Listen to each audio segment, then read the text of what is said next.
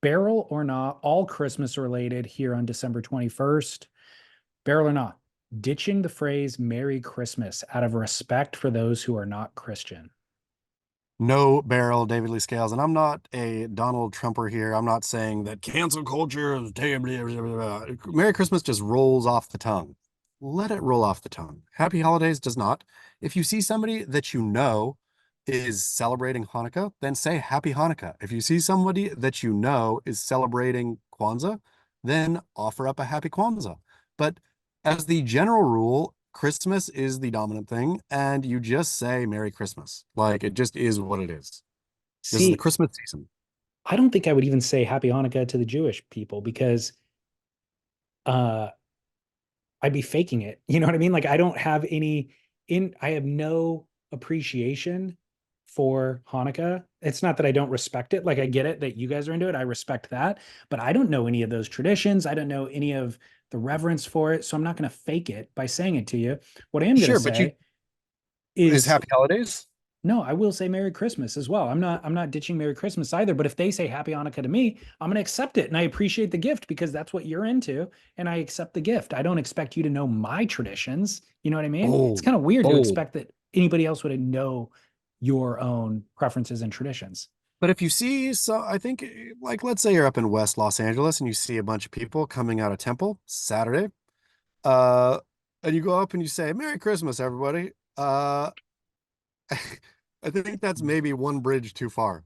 That's an outright offense. There's no reason I would be communicating to a group of people coming out of temple. I'm saying if it's like somebody in your life, like we sent out holiday cards, right? Yeah. And I have the question in my mind. I'm like, Merry Christmas. I start typing it, and then I go, ooh, wait a second. Are we sending this to Matt Warshaw?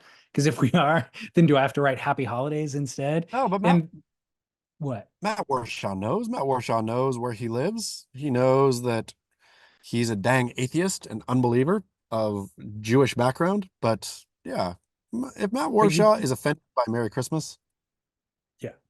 But you get what I'm saying is, as I me, do. the writer of the card, do I adjust for the Gen Pop or not? Actually, it's not for the Gen Pop. It's for the people who I'm actually going to be communicating with.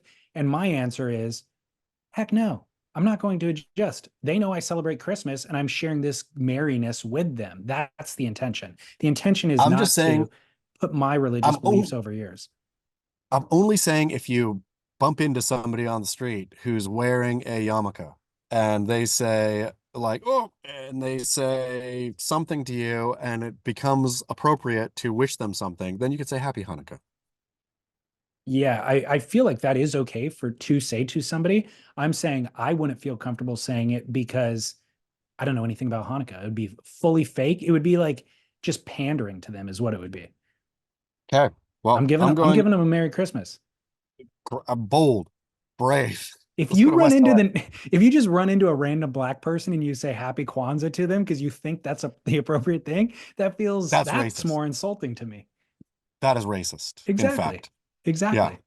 Okay. I'm with you. Yeah, Merry Merry Christmas Christmas. all around. Say Okay. what you believe. And if if somebody who celebrates Kwanzaa comes up to me and says Happy Kwanzaa, I would not be offended at all. I would receive that well and be like, sweet, like I appreciate the goodwill, and the merry wishes. Yeah.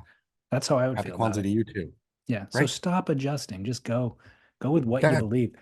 Down. Okay, barrel or nah, having a fake Christmas tree.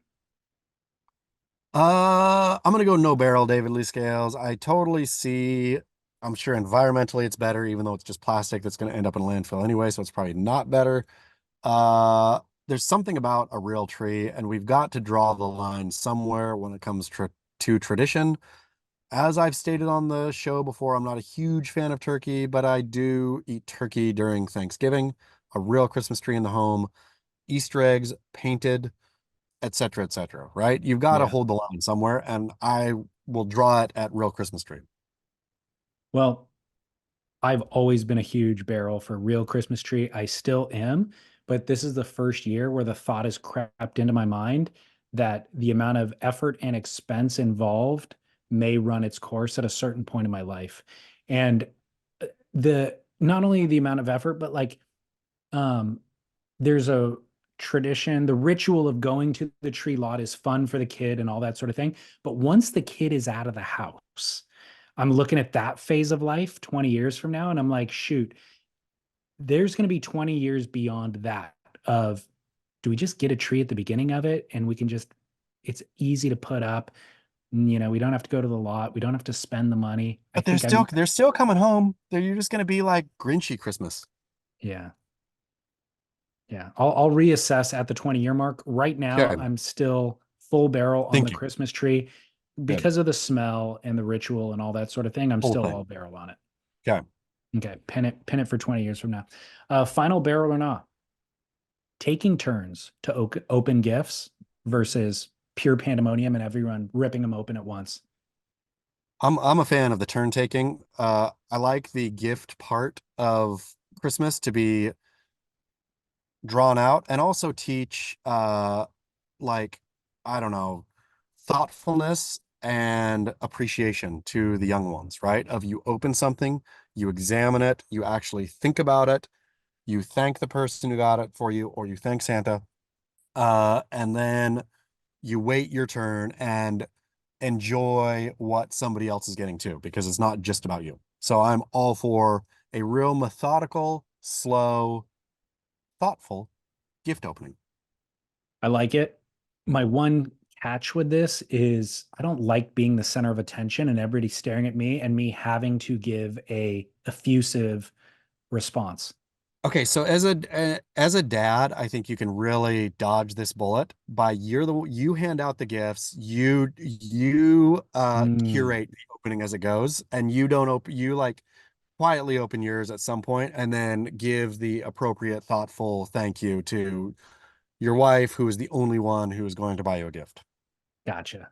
Okay, I Yeah, like that. I'll be the yeah. MC of the event, basically. UMC, because then you don't have to sit there on the couch in your bathrobe with your matching PJs saying like, "Oh, thank you. This Yeah, is wonderful," while everybody yeah, looks. exactly. Okay, but I do love what you're saying about the kids need to be respectful of the amount of effort and time that went into the all the gift purchasing, Exactly. And for sure. speaking of, I hate to do this, but I have to run into the theater. All right, go. Have Merry Christmas. Will we see you next week before New Year's? Oh yeah. Okay, cool. Let's do an episode next week.